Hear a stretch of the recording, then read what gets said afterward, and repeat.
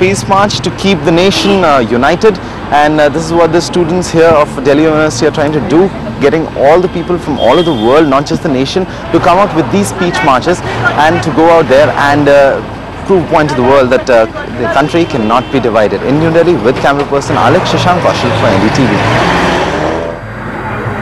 And one of India's best known artists, M.F. Hussain, is also dedicating his latest exhibition, his latest works of art to the terror attacks that took place in Mumbai. NDTV Swati Maheshwari got us this exclusive report from London.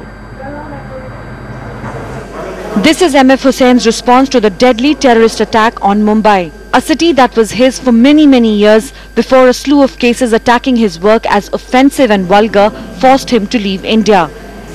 A set of paintings on this tragedy, and which I'll exhibit in the Taj, and the proceed will go to the poor workers' families who lost their. We are not politicians or any social. We can express in our painting is there.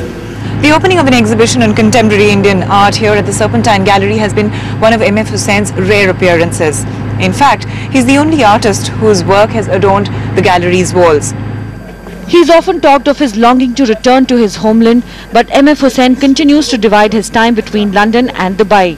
Though Indian courts squashed 3 obscenity cases against him this May, and the Supreme Court has clarified that there are no criminal cases against him, he says he's not sure when he'll be able to return to his country. To do a nude figure is not nakedness. I think they should know the whole our Indian philosophy, Indian culture, which you see the temples are flooded with that. There the nudity is purity. That's how you see the Mahavira, because he thinks the sky is his cover. So this is all in our philosophy. There's nothing, and the nude I paint, I'm not painting realistic. It is more metaphysical.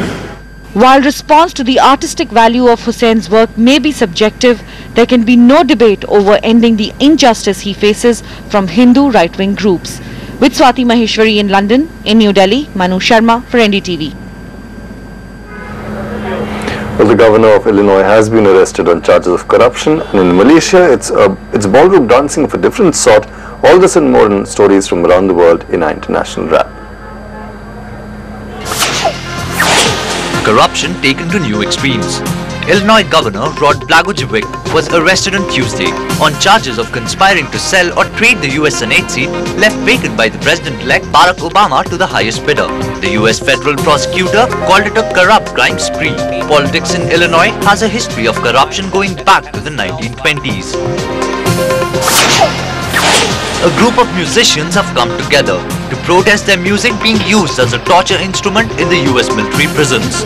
American forces systematically use loud music against detainees in Afghanistan, Guantanamo Bay and Iraq, often while the accused is chained in a painful position. Many of them are high-value Al-Qaeda terrorists.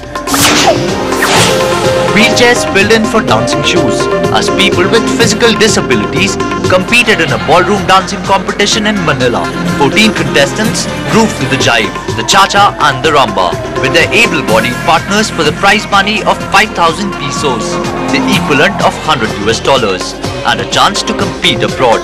Husband and wife Juanito and Elkie Mingarin bagged the first place awards for the male and female categories. Your report, NDTV. Well, love it or hate it, there is no site like Google, and every year it comes up with a hot list of the top trends tracked on the net. Well, they call it the Zeitgeist, which stands for the spirit of our times. Well, we at NDTV just decided to call it the Hot List, Google Hot List of 2008. Let's take a look.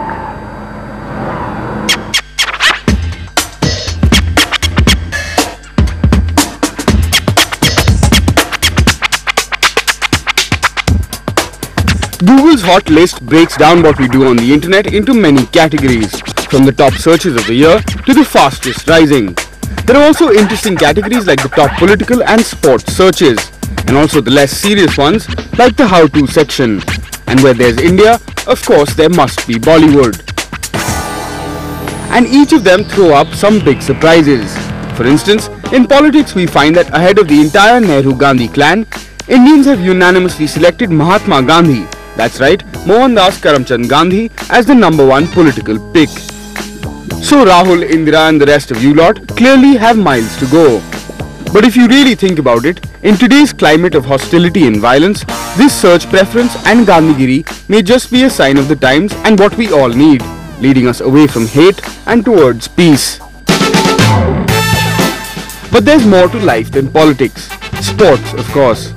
Cricket, to be precise, the fuel that powers our nation. And of course, the top sports person on our minds would be Sachin Tendulkar, right? Wrong. It's surprise, surprise, Sania Mirza that dominates the web minds as the most popular sports person of the year. Wonder how much that has to do with the way she looks. But then again, we've always been a civilization that enjoys beauty over all else. And this is where the web proves true.